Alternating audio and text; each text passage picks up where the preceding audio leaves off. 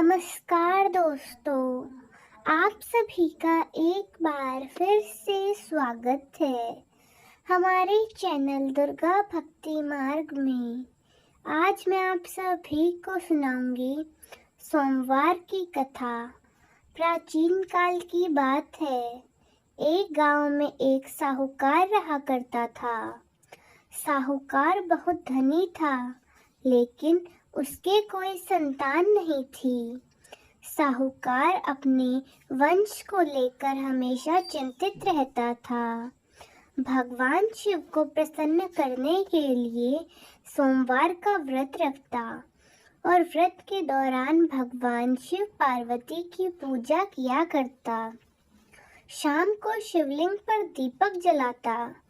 साहूकार की पूजा अर्चना को देखकर एक दिन मां पार्वती ने भगवान शिव से कहा, हे प्रभु, यह साहूकार आपका परम भक्त है।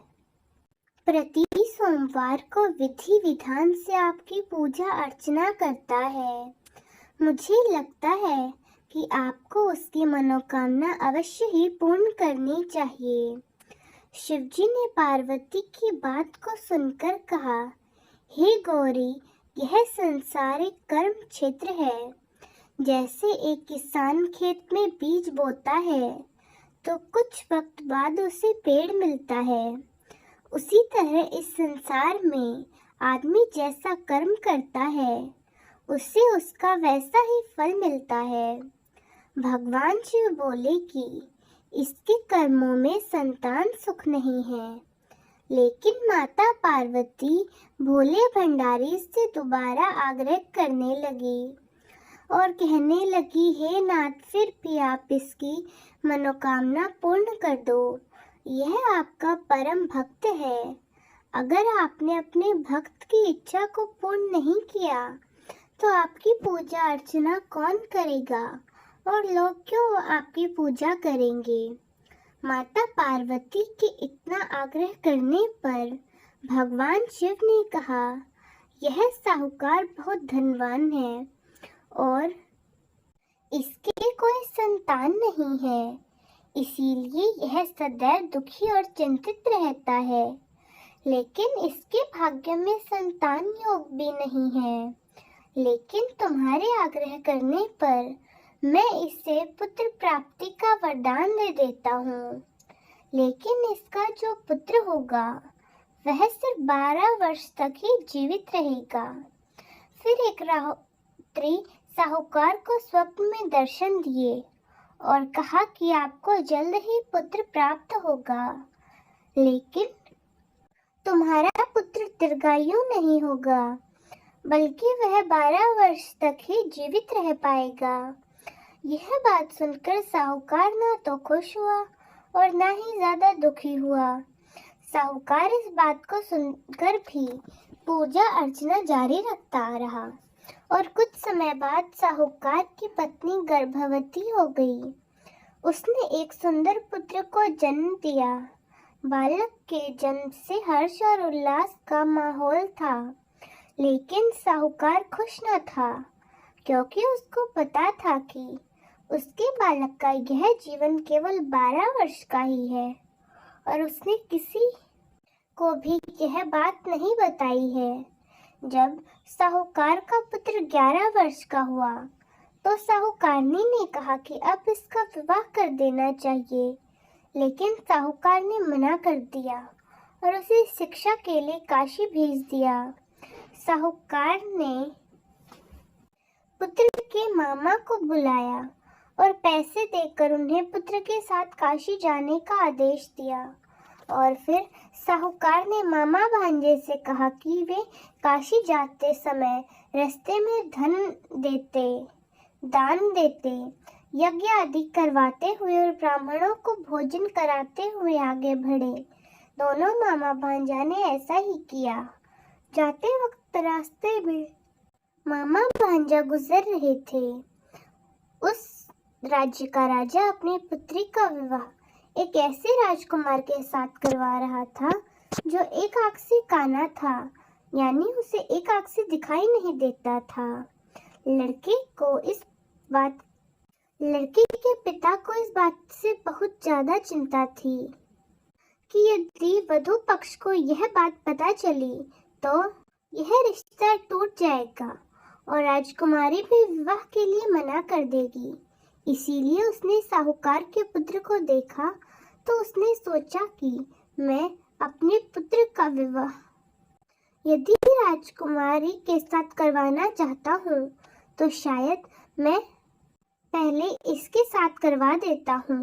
बाद में ये बात किसी को पता भी नहीं चलेगी और मेरे पुत्र का विवाह भी हो जाएगा।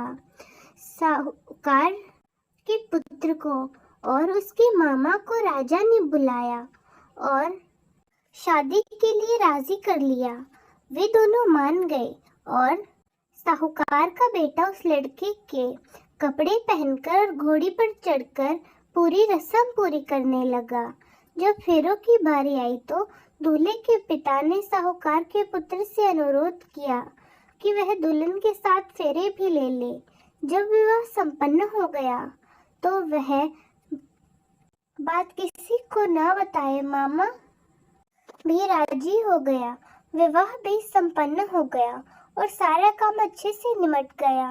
मामा भांजा काशी के लिए प्रस्थान कर गए, परंतु साहूकार के पुत्र ने दुल्हन के कपड़ों पर लिख दिया, तुम्हारी शादी मुझसे हुई थी, लेकिन जिसके साथ आप जाओगी वह एक आग से काना व्यक्ति है और मैं काशी में शिक्षा ग्रहण करने के लिए जा रहा हूँ।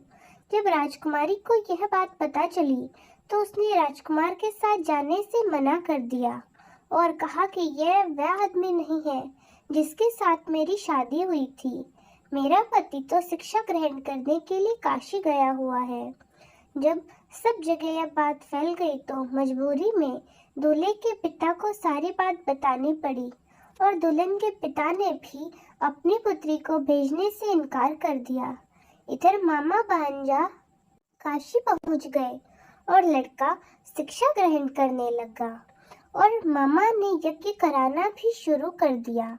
जब साहूकार का पुत्र 12 साल का हो गया तो एक दिन वह अपने मामा से बोला कि उसकी तबीयत ठीक नहीं है और वह अंदर सोने चला गया। तो साहूकार का पुत्र अंदर सोने गया और उसकी मृत्यु हो गई। कुछ देर बाद जब मामा अंदर पहुंचे तो उन्होंने अपने भांजे को मरा हुआ देखा तो वे बहुत दुखी हुए, परंतु वे रो नहीं सके वरना यज्ञ अधूरा रह जाता। इसीलिए मामा ने वापस जाकर यज्ञ पूरा किया, ब्राह्मणों को दान दक्षिणा दी, उन्हें भोजन कराया। बाद में मामा अपने भांजे को देखकर रोने लगा। उसी वक्त उसी मार्ग से भगवान शिव और माता पार्वती गुजर रहे थे। माता पार्वती ने किसी के रोने की आवाज सुनी तो उन्होंने भगवान शिव से कहा, हे प्रभु, कोई मनुष्य रो रहा है, चलो उसके दुखों को दूर किया जाए और उसकी मनोकामना पूरी की जाए। चलिए शिव भगवान और माँ पार्वती मामा के पास पहुँचे तो मृतक बालक को देखा और हैरान रह गए, क्योंकि यह वही बालक था जिसे भगवान शिव ने आशीर्वाद दिया था और भगवान शिव के ही आशीर्वाद से इस बालक का जन्म हुआ था। ये उसी साहूकार का पुत्र था। माता पार्वती ने कहा, हे नाथ, यह तो साहूकार का ही पुत्र है जिसको आपने केवल 12 वर्ष तक का ही जीवन दिया था। पार्वती जी ने मृतक बालक को देखा और उन्हें दया आ गई। उन्होंने भगवान शिव से कहा, प्रभु, आप इस बालक को जीवन दान दे ही दीजिए, इसके माता पिता नहीं तो जीते जी ही मर जाएंगे। माता पार्वती के आग्रह करने पर भगवान शिव ने उनकी बात मान ली और उस बालक को जीवन दान दे दिया। साहूकार का पुत्र जीवित हो गया और मामा भांजा अपने घर की ओर प्रस्थान कर गए। रास्ते में साहूकार का पुत्र और उसका मामा उसी नगर से गुजरा जहां उसका विवाह हुआ था। दुल्हन के पिता ने बालक को पहचान लिया और बालक और उसके मामा को महल ले आए। दुल्हन के पिता ने एक समारोह रखा और अपने पुत्र को साहूकार के बेटे के साथ अपनी बेटी को साहूकार के बेटे के साथ भेज दिया। जब साहूकार का पुत्र अपने घर पहुंचा तो उसके माता पिता छत पर बैठे थे और सोच रहे थे कि यदि उनका पुत्र सही सलामत वापस आ गया तो वे खुशी खुशी नीचे चले जाएंगे, और वापस नहीं आया तो वे दोनों ही छत से कूदकर अपनी जान दे देंगे। पर उसी समय उसके मामा का संदेशा वहां आया और उन्होंने बताया कि उनका पुत्र जीवित है और विवाह करके अपनी पत्नी के साथ वापस लौट रहा है। साहूकार ने यह खबर सुनी तो उसको बिल्कुल भी विश्वास नहीं हुआ। उसके बाद कुछ समय बाद मामा स्वयं आ गए और उनके साथ उनका भांजा अपनी बहू को लेकर आया। दोनों पति पत्नी ने अपने माता पिता के चरण स्पर्श कर उनका आशीर्वाद लिया। अपने बेटे को वापस लौटा देख साहूकार ने अपने पुत्र को ढेर सारा आशीर्वाद दिया और उनका खुशी खुशी स्वागत किया। हे भोलेनाथ, जैसे आपने साहूकार के बेटे पर कृपा की वैसी सब पर करना। कहानी कहने वाले, सुनने वाले और हुकारा भरने वाले सबकी मनोकामनाओं को पूरा करना। तो दोस्तों, कैसी लगी आपको हमारी आज की कथा? कमेंट्स में जरूर बताएं। धन्यवाद।